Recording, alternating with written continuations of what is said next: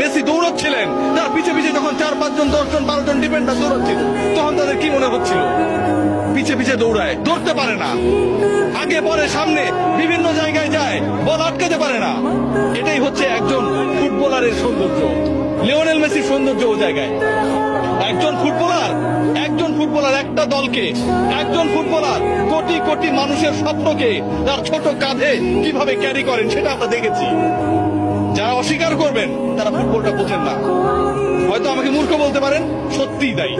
Brazilian কিংবা অন্য কোন দেশের সমর্থকরা যারা অপছন্দ করেন, যারা আসলে লিওনেল মেসির এই জাদুর ছোঁয়ায় মন্ত্রমুগ্ধতায় আটকাতে চান না, যারা লিওনেল মেসির এই অবদানকে, একজন ফুটবলার পুরো দলটাকে কিভাবে গড়ে তুললো, স্বপ্ন দেখালো, এগিয়ে নিল, শেষ পর্যন্ত জয়ের প্রান্তে, জয়ের সেই সুন্দর একটা জায়গায় পৌঁছে দিল, সেই জায়গাটাকে তারা আসলে বিশ্বাস করেন না, তারা আসলে ফুটবলের সৌন্দর্যই বোঝেন না।